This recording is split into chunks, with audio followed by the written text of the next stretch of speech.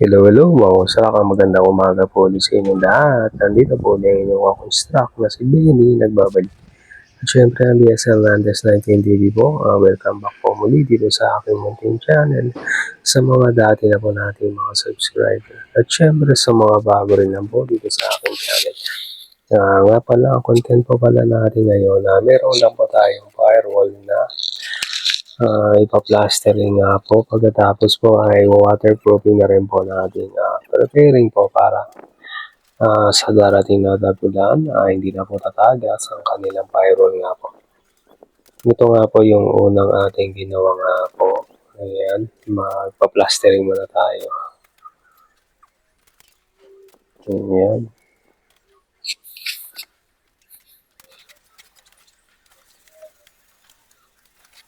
Ayan nga po. Plastering po muna tayo. Wala pa po kasing plastering yung kanilang firewall, kaya ito po muna ang unang ginawa natin, plastering muna. After po nito, mag-waterproofing po tayo.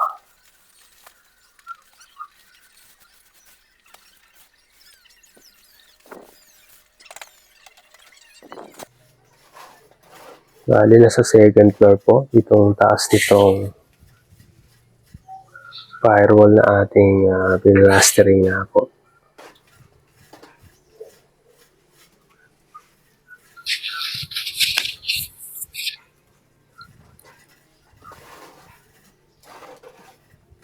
Ayan nga po. Enjoy lang kayo mga construct.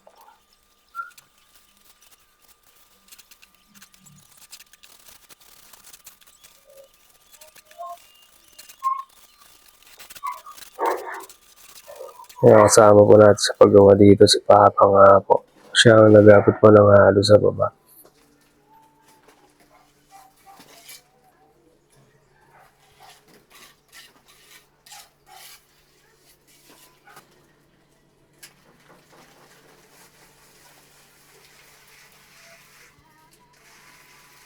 Ang gagawin po natin dito, ito pong munang portion na aking pinlastering nga po.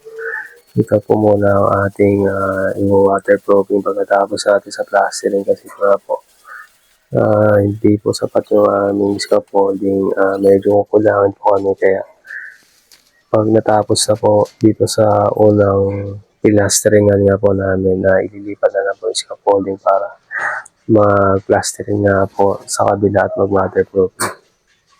Ayan nga po ang gagamitin namin pang waterproofing, ang balls and flexible nga po.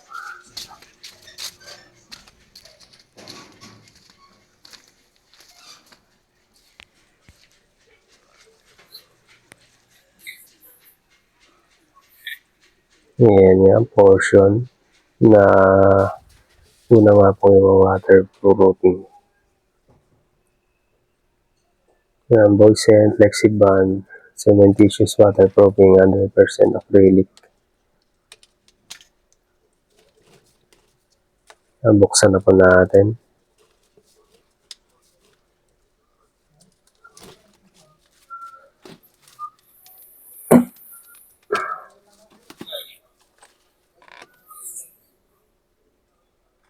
Ayan nga po. Kulay puti po ang ating balls and flexible. Meron pa tayo isang balde na wala naman. Dito pa tayo mag-use. Kaya mano-mano lang po muna yung ating pag-mix. Wala pa rin po kasi tayong electric drill mixer nga po. Tapos haluan po natin na Portland cement nga po. Kaya ang sukat po, kada isang litro nitong ating tabo nga po, 1 kilo. Bale, 6 na tabo po ang ating gagamitin dito. 6 na kilo. Na semento nga po.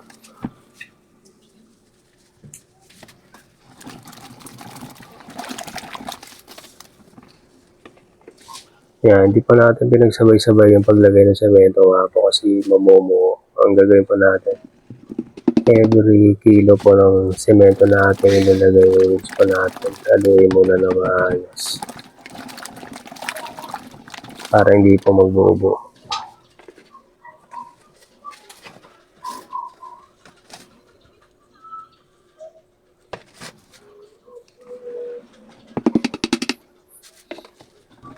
Ayan, naka-4 na kilo na po tayo dito na semento.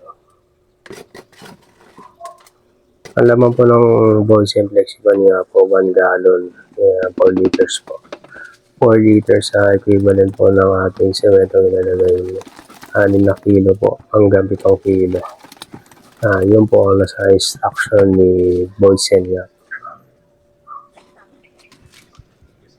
Ayan, after natin mahalo. Kung meron pong buo, pwede nyo naman pong salayin sa screen para maiwalay po yung buo na part. Ayan. Tapos gumamit lang po tayo ng paintbrush or roller sa pagpahid niya po.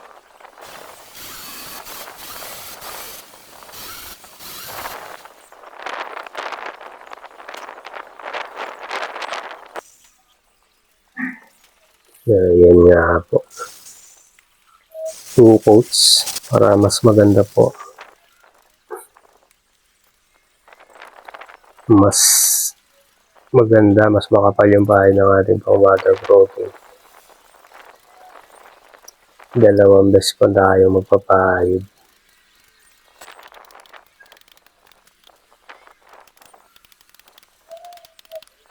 Ayan nga po.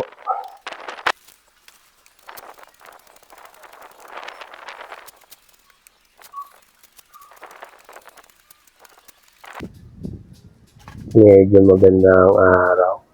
Mainit. Sakto-sakto sa pagpahid natin ng pang waterproofing nga po.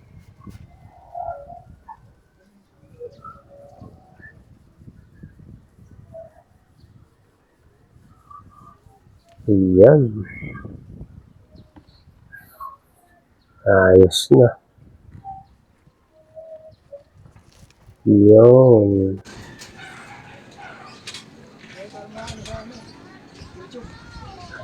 Ayan nga po, pinalabasan na, nakatukots na po tayo dito.